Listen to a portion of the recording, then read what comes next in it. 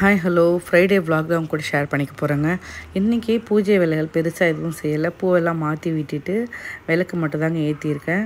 அரிசி மாவில் வந்து நல்லா பன்னீர் சேர்த்து குழச்சிட்டு அதை வந்து கோலமும் போட்டு முடிச்சிட்டேன். இது மாதிரி போடும்பொழுது நல்லா வாசனையாக இருக்கும், நல்லா வந்து மங்களகரமாக இருக்கும். கொஞ்சமாக நீங்கள் மஞ்சள்தூள் கூட ஆட் பண்ணிக்கலாம். என்னன்னு தெரியல, திடீர்னு வந்து குலதெய்வம் கோயிலுக்கு போகணுன்னு தோணுச்சு. சரி, அதனால் உடனே வந்து கிளம்பியாச்சு. 9 மணிக்கு தான் வெள்ளிக்கிழமை அப்படின்றதுனால நட சாத்துவாங்க.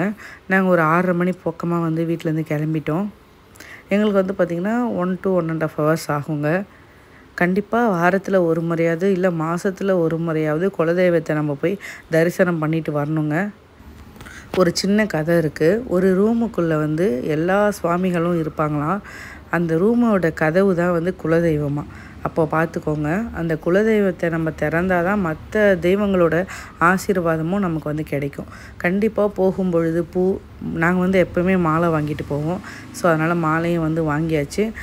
கோயில்கிட்டேயும் வந்துட்டோங்க. அங்கே காரை வந்து விட்டுட்டு கொஞ்சம் தூரம் நடந்து போகிற மாதிரி இருக்கும். அதுக்கு தான் வந்து போயிட்டுருக்கோம். கண்டிப்பாக குழந்தைங்களோட ஃபேமிலியோடு போங்க, அதுதான் ரொம்பவே முக்கியங்க. நம்ம எப்போவுமே ஒரு கோயிலுக்கு போகும்போது குழந்தைங்களோட நம்ம வீட்டில் இருக்க எல்லாருமே நம்ம போனால் தான் அந்த பரிபூர்ணமான ஆசி நமக்கு வந்து கிடைக்கும்.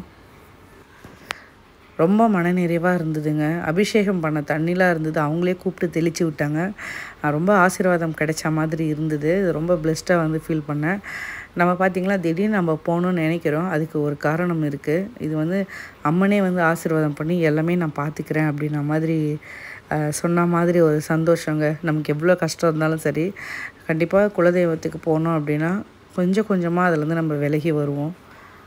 ஸோ நம்மளோட கர்ம வினைகள் நம்ம சிலதெல்லாம் அனுபவிக்கணும்னு இருந்தால் அது நம்ம ஒன்றுமே பண்ண முடியாது. நம்ம நினைப்போம் நம்ம யாருக்கு என்ன பண்ணோம், நம்ம ஏன் இவ்வளோ கஷ்டப்படுறோன்னு. அதெல்லாம் வந்து நமக்கே தெரியாமல் வந்து பார்த்திங்கன்னா நிறைய தவறுகள் நம்ம எதாவது செஞ்சுருக்கலாம். அதுக்கான கர்ம வினைகளுக்கான பலன்களை நம்ம அனுபவித்ததுக்கு அப்புறம் தாங்க நமக்கு அதுக்கான நல்லது நம்மளை வந்து கடவுளை பொறுத்தவரை நமக்கு நம்பிக்கை ரொம்பவே முக்கியம், பொறுமையும் ரொம்ப முக்கியங்க. நிறைய பேர் வந்து ஆமாம் நம்ம எவ்வளோ நல்லது பண்ணாலும் இவ்வளோ கஷ்டப்படுறோன்னு நினைப்போம். தயவு செஞ்சு அந்த மாதிரி நினைக்காதீங்க. அதுக்கான பலன் வரும், கொஞ்சம் நேரம் ஆகும். பொறுமையே நமக்கு தேவைங்க.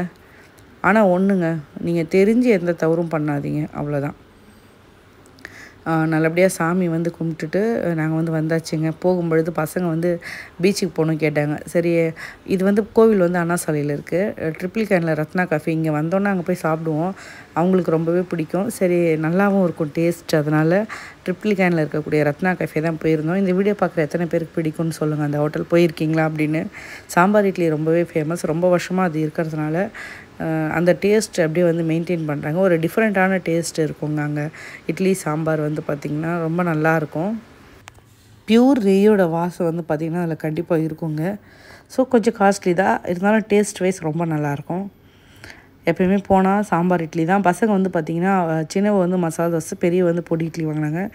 நான் வந்து சாம்பார் இட்லி, சாம்பார் வடை வாங்கி சாப்பிட்டேன். இதுதான் என்னுடைய அங்கே டிஃபால்ட் மெனு. எனக்கு ரொம்பவே அங்கே பிடிக்கும். பெரியவ பாருங்க, சரி அவளுக்கு விருப்பம் இல்லைன்னா எடுக்க மாட்டேன். நல்லா சுட சுட சாம்பார் விட்டு சூப்பராக இருக்கும் சாப்பிடும் பொழுதே. இது வீடியோ எடிட்டிங் வாய்ஸ் ஓவர் கொடுக்கும்போதே பார்த்திங்கன்னா ரொம்ப டெம்ப்டிங்காக இருக்குது. அப்புறம் ஒரு காஃபியுமே ரொம்ப நல்லாயிருக்குங்க. குடிச்சு முடிச்சுட்டு இவங்களும் பீச்சுக்கு போகணும்னு சொன்னாங்களா, சரி அதனால் பீச்சுக்கும் வந்துட்டோம். நாங்கள் பீச்சுக்கு வரும்போது பார்த்திங்கன்னா ஒரு 10 o'clock கிட்ட ஆகிடுச்சு. ஆனால் அங்கே வந்து பார்த்திங்கன்னா 10 o'clock வரைக்கும் தான் லிமிட்டாக. இதுக்கு மேலே யாராவது போகிற மாதிரி இருந்தால் கொஞ்சம் முன்னாடியே போயிடுங்க. நாங்கள் போயிட்டு ஒரு 10 minutes தாங்க உட்காந்தோம். அதுக்குள்ளே வந்து பார்த்திங்கன்னா சரி கிளம்புங்க சொல்லிட்டாங்க எல்லோரையும் அங்கே. அப்புறம் சாக்கியும் கூப்பிட்டு போயிருந்தோம். அந்த அம்மாவும் நல்லா என்ஜாய் பண்ணாங்க பீச்சில் வந்து.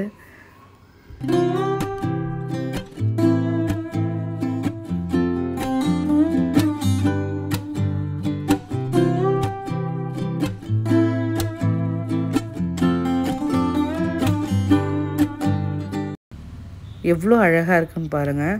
நாங்கள் ரொம்ப அந்த கடைக்கிட்டெல்லாம் போகல, டைம் ஆல்ரெடி ஆனதுனால. அந்த கடைகளோட வெளிச்சமும் அந்த மண், அதுக்கப்புறம் அந்த வானம்லாம் பார்க்க ரொம்ப அழகாக இருந்தது. சில விஷயங்கள், சின்ன சின்ன விஷயங்களில் கூட நம்ம ரொம்ப ரசிக்க கற்றுக்கணும். இதை விட ஏர்லி மார்னிங் பீச் போகிறது ரொம்ப அழகாக இருக்கும். சாக்கி பாருங்கள், கீழே இறங்கவே இல்லை, என்னன்னு தெரியல, என் மடியிலே தான் இருந்தேன். மண் வந்து செட் ஆகலைன்னு நினைக்கிறேன். அப்புறம் கொஞ்சம் நேரம் டைம் ஸ்பெண்ட் பண்ணிவிட்டு பீச்லேருந்து வந்து கிளம்பியாச்சுங்க. இந்த லைட் ஹவுஸ் மேலே ஏறி போய் பார்த்துருக்கீங்களா? இது வரைக்கும் நான் வந்து போகல, பசங்க கேட்டிருக்காங்க. சரி நெக்ஸ்ட் டைம் வந்து ட்ரை பண்ணலாம் அப்படின்ட்டு. சரி ஒரு ஐஸ்கிரீம் வந்து வாங்கி சாப்பிட்லாம் அப்படின்ட்டு எல்லோரும் ஐஸ்கிரீம் வாங்கி சாப்பிட்டுட்டு வீட்டுக்கு வந்து ரிட்டர்ன் ஆகிடுச்சுங்க. இது வந்து ஒரு குட்டி விலாக் தான். கண்டிப்பாக உங்களுக்கு பிடிச்சிருக்குன்னு நினைக்கிறேன். பிடிச்சிருந்தால் நம்ம சேனலை சப்ஸ்கிரைப் பண்ணி சப்போர்ட் பண்ணுங்கள். இன்னொரு இன்ட்ரெஸ்டிங்கான வீடியோவில் உங்களை வந்து பார்க்குறேன். பாய்.